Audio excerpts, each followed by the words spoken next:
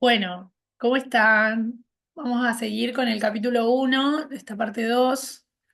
eh, para que no, para que no quedara tan largo, lo hice en dos partes. Así que vamos a seguir leyendo la iluminación, elevarse por encima del pensamiento. Para sobrevivir en este mundo no es esencial el pensamiento, le preguntan. Su mente es un instrumento, una herramienta. Está ahí para utilizarla en una tarea específica y cuando se termina la tarea hay que dejarla de lado. Como se usa ahora, yo diría que el 80 o 90% del pensamiento de la mayoría de las personas es no solo repetitivo e inútil, sino que por su naturaleza disfuncional y a menudo negativa, gran parte de él es también perjudicial. Observe su mente y descubrirá que esto es verdad. Ella causa una pérdida grave de la energía vital. Este tipo de pensamiento compulsivo es en realidad una adicción. ¿Qué es lo que caracteriza una adicción? Simplemente esto, usted ya no siente que puede elegir detenerse. Parece más fuerte que usted. También le da una sensación falsa de placer, placer que invariablemente se convierte en dolor. ¿Por qué habríamos de ser adictos al pensamiento? Porque usted está identificado con él, lo que significa que usted deriva su sentido de sí mismo del contenido y la actividad de su mente. ¿Por qué cree que dejaría de ser? Porque cree que dejaría de ser si dejara de pensar. Según crece, usted forma una imagen mental de quién es usted, basada en su condicionamiento personal y cultural. Podemos llamar a este ser a este ser fantasmal el ego. Consiste en actividad mental y solo se puede mantener activo por medio del pensamiento constante. El término ego significa diferentes cosas para las diferentes personas, pero cuando lo uso aquí, significa un falso ser creado por la identificación con la mente. Para el ego, el momento presente casi no existe. Lo único que se considera importante es el pasado y el futuro. Esta inversión total de la verdad es causante de que en su modalidad de ego la mente sea tan disfuncional. Está siempre preocupada por mantener el pasado vivo, porque sin él, ¿quién es usted? Se proyecta constantemente hacia el futuro para asegurar su supervivencia y para buscar algún tipo de alivio o de realización en él. Dice, un día, cuando esto, aquello o lo de más allá ocurra, voy a sentirme bien, feliz, en forma, completamente... ay, perdón, lo leí mal. Voy a sentirme feliz, en paz. Incluso cuando el ego parece estar ocupado con el presente, no es el presente lo que ve, lo percibe en forma completamente errónea, porque lo observa con los ojos del pasado. O reduce el presente a un medio para lograr un fin que siempre está en el futuro proyectado por la mente. Observe su mente y verá que así es como funciona. El momento presente tiene la clave de la liberación, pero usted no puede encontrar el momento presente mientras usted sea su mente. No quiero perder mi capacidad de análisis y discriminación. No me molestaría aprender a pensar más claramente, en forma más concentrada, pero no quiero perder mi mente. El don del pensamiento es lo más precioso que tenemos. Sin él seríamos solamente otra especie animal. Obviamente que esto se lo dice a alguien, ¿no?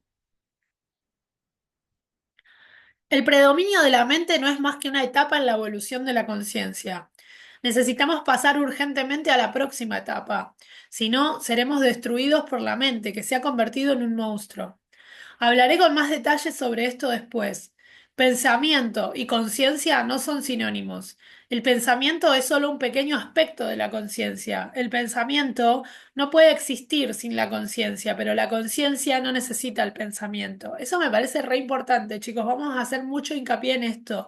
El pensamiento no puede existir sin la conciencia, pero la conciencia no necesita del pensamiento. La iluminación significa levantarse por encima del pensamiento, no caer a un nivel inferior del pensamiento, el nivel de un animal o una planta. Vamos de vuelta. La iluminación significa levantarse por encima del pensamiento, no caer a un nivel inferior del pensamiento como si fuéramos un animal o una planta. En el estado iluminado, usted todavía usa su mente pensante cuando la necesita, pero de una forma mucho más enfocada y efectiva que antes. La usa sobre todo con fines prácticos pero está libre del diálogo interno involuntario y hay una quietud interior. Cuando usted usa la mente y particularmente cuando se necesita una solución creativa, usted oscila unos cuantos minutos entre el pensamiento y la quietud, entre la mente y la no mente. La no mente es conciencia sin pensamiento. Solo de esta forma es posible pensar creativamente, porque solo de esta forma el pensamiento tiene poder real. El pensamiento solo cuando no está conectado con el reino mucho más vasto de la conciencia se vuelve estéril rápidamente, insensato y destructivo. La mente es esencialmente una máquina de supervivencia, ataque y defensa contra otras mentes.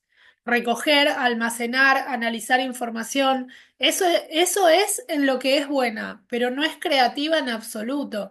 Todos los artistas verdaderos, lo sepan o no, crean desde un lugar de no mente, de quietud interior. La mente entonces da forma a la visión o impulso creativo. Incluso los grandes científicos han dicho que sus grandes logros creativos llegaron en un momento de quietud mental. El sorprendente resultado de una encuesta nacional entre los matemáticos más eminentes de Norteamérica, incluido Einstein, para conocer sus métodos de trabajo, fue que el pensamiento juega solo un papel subordinado en la breve y decisiva fase del acto creativo en sí mismo. Así pues, yo diría que la sencilla razón por la que la mayoría de los científicos no son creativos no es porque no saben pensar, sino es porque no saben cómo dejar de pensar. No fue por medio de la mente, del pensamiento, como el milagro de la vida sobre la tierra o el de su propio cuerpo fueron creados y se sostienen. Hay claramente una inteligencia trabajando que es mucho más grande que la mente. ¿Cómo puede una simple célula humana que mide 1/1 millón, no, 1/1000 de pulgada, contener instrucciones en su ADN que llenarían 1000 libros de 600 páginas?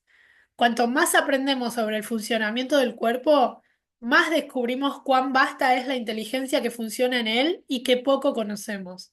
Cuando la mente se vuelve a conectar con esto, se vuelve una herramienta sumamente maravillosa.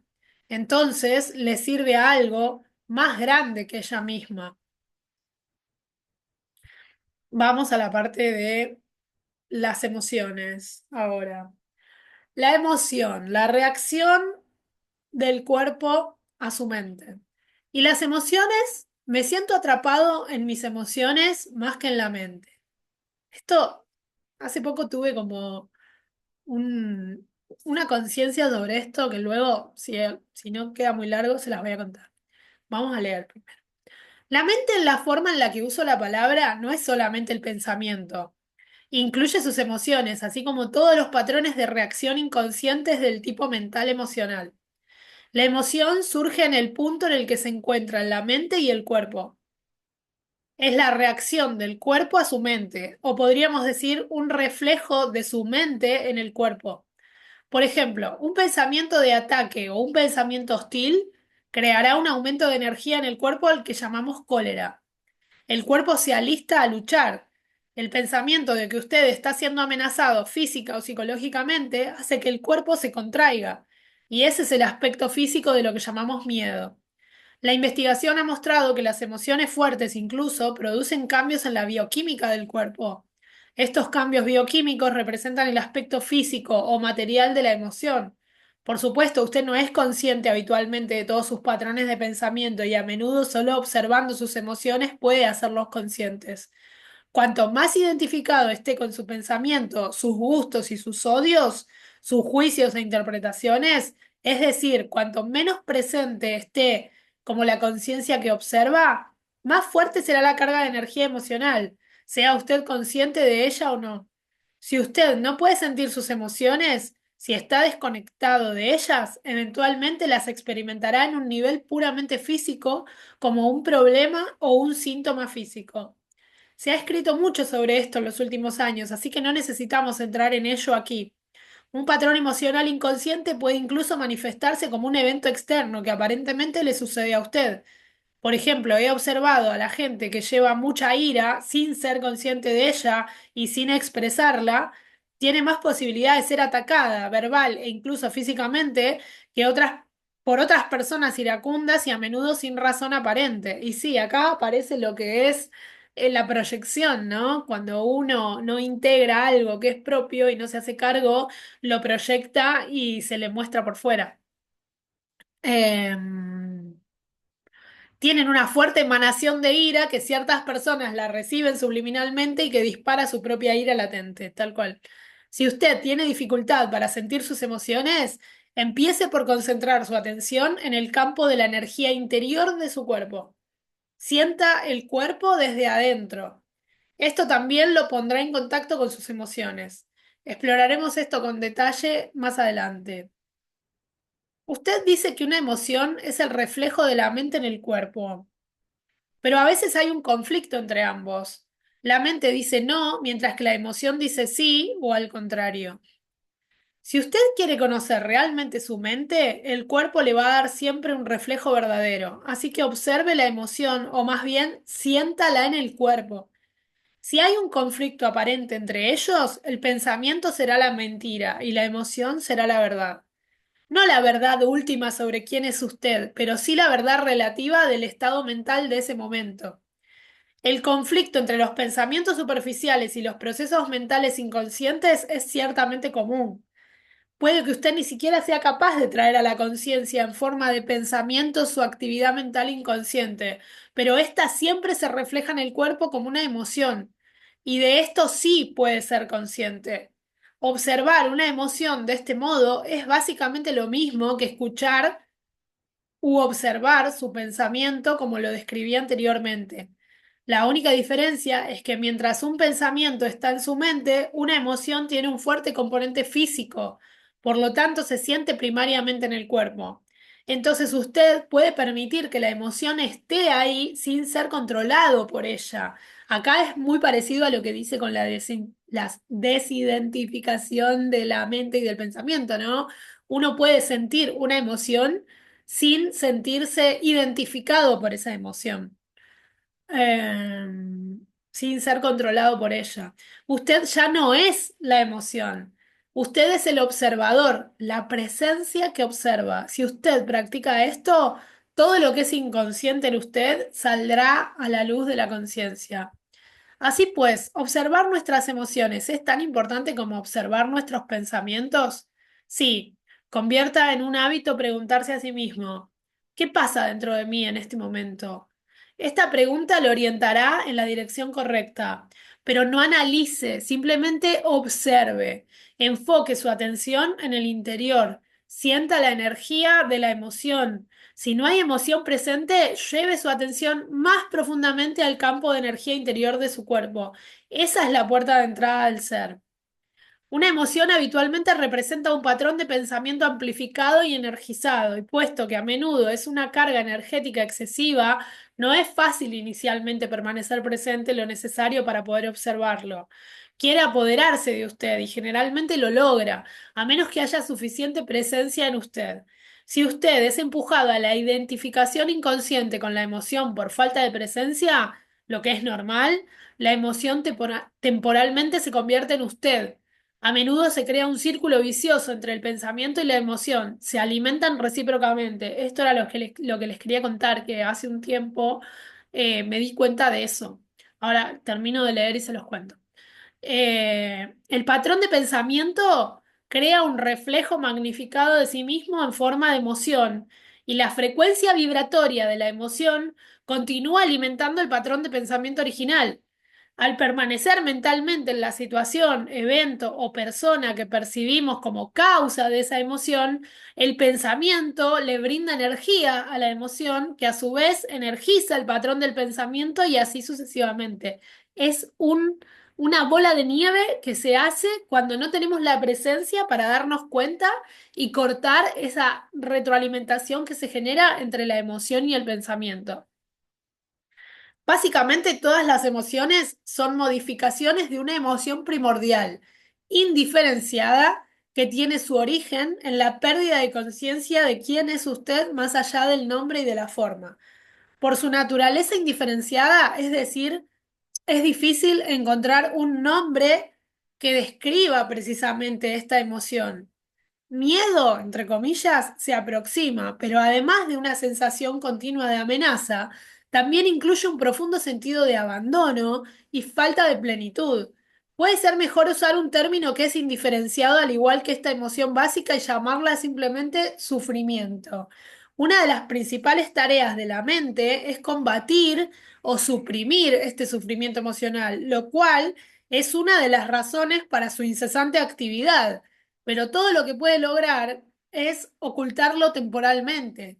De hecho, cuanto más se esfuerza la mente por librarse del sufrimiento, mayor es este. Doy fe que es así.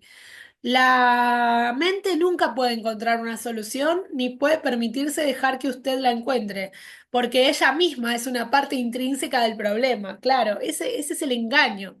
Imagine a un jefe de policía tratando de encontrar a un pirómano cuando el pirómano es el propio jefe de policía. Usted no se va a librar de este sufrimiento hasta que deje de derivar su sentido de sí mismo de la identificación con la mente, o sea, con el ego. La mente es derrocada de su lugar de poder, entonces la mente es derrocada de su lugar de poder y el ser se revela con su verdadera naturaleza.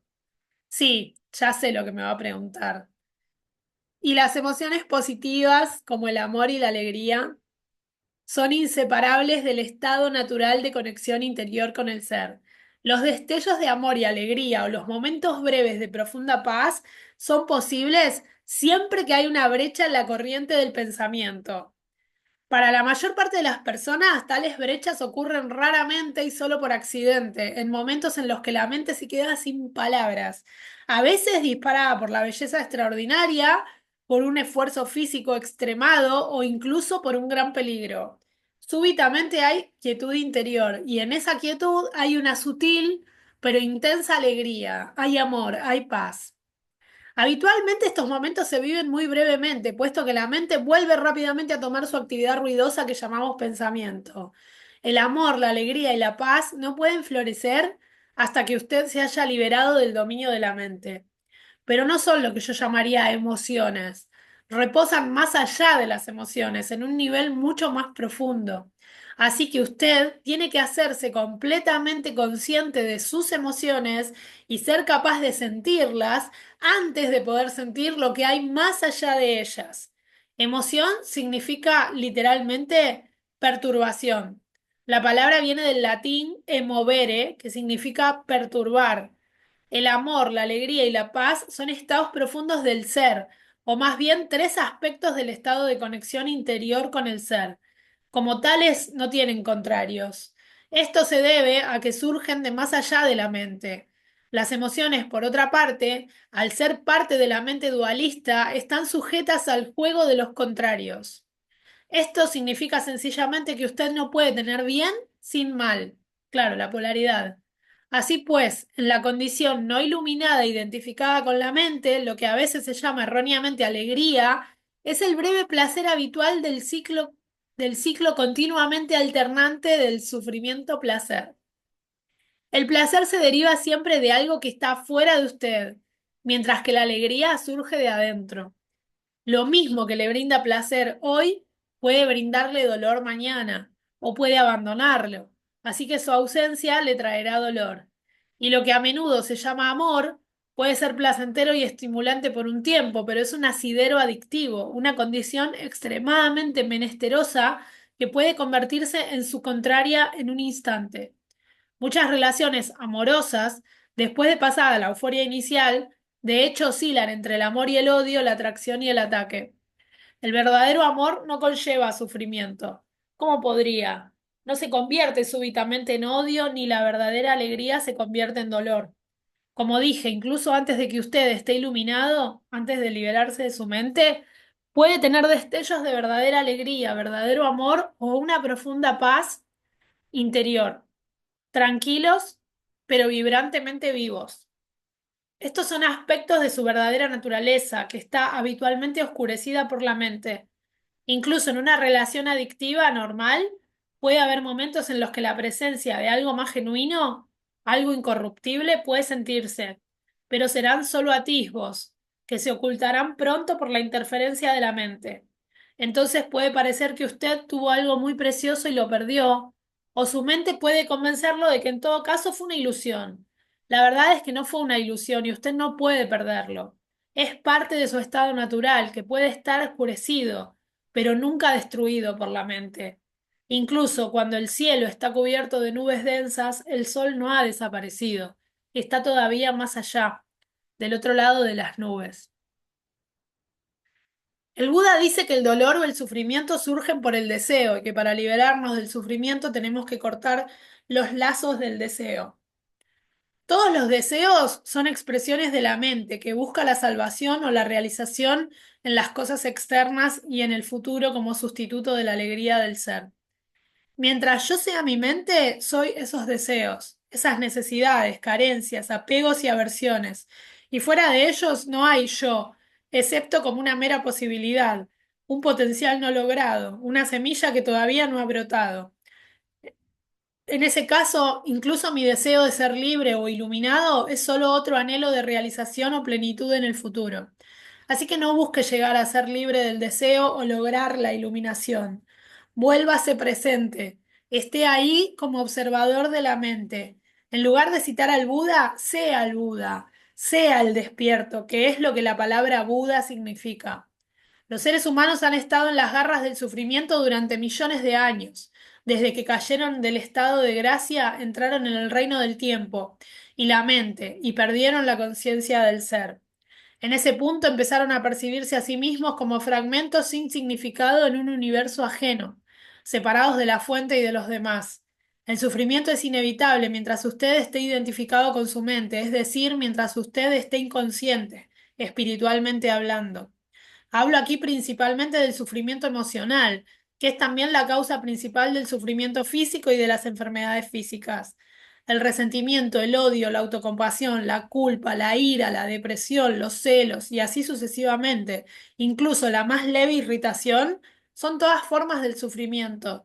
Y todo placer o elevación emocional contienen en sí mismos la semilla del dolor, su contrario inseparable que se manifestará con el tiempo. Cualquiera que haya tomado drogas para sentirse bien sabrá que la animación eventualmente se convierte en depresión, que el placer se transforma de alguna forma en alguna forma de dolor. Muchas personas saben también por experiencia propia cuán fácil y rápidamente una relación íntima puede pasar de ser una fuente de placer a ser una fuente de dolor. Vistos desde una perspectiva más alta, los polos positivos y negativos son caras de la misma moneda. Ambos son partes del sufrimiento subyacente que es inseparable del estado de conciencia egotista de identificación con la mente. Hay dos niveles de sufrimiento. El sufrimiento que usted crea ahora y el sufrimiento del pasado que vive todavía en su mente y en su cuerpo. Ahora les voy a hablar de cómo dejar de crear sufrimiento en el presente y cómo disolver el sufrimiento del pasado. Eso me parece hermoso. Ya quiero entrar en el capítulo 2, pero no va a ser en este video. Bueno, me encantó esta parte. Da para reflexionar un montón. Y no lo quiero hacer acá porque va a quedar larguísimo si no el video, pero cuando estemos en el grupo o si hacemos encuentros en vivo, cuando hagamos la lectura de este libro, vamos a profundizar en esto porque la verdad que me parece súper importante tener mucha conciencia de todo esto que trae y desmenuzarlo y empezar a observarlo también en nuestro día a día. Como yo les decía que hace un tiempo me pasó esto de registrar, de poder como ser el observador, como él dice, y darme cuenta de que una emoción generaba pensamientos que alimentaban esa emoción y la emoción se magnificaba y se generaban más pensamientos y era como un círculo vicioso tremendo hasta que dije, che, basta. Pero para poder decir, che, basta, tenés que tener la presencia de salirte del automático y de la identificación con eso para poder observarlo y cortarlo. Así que bueno, gracias por estar ahí del otro lado. Seguiremos seguramente en breve con el capítulo 2.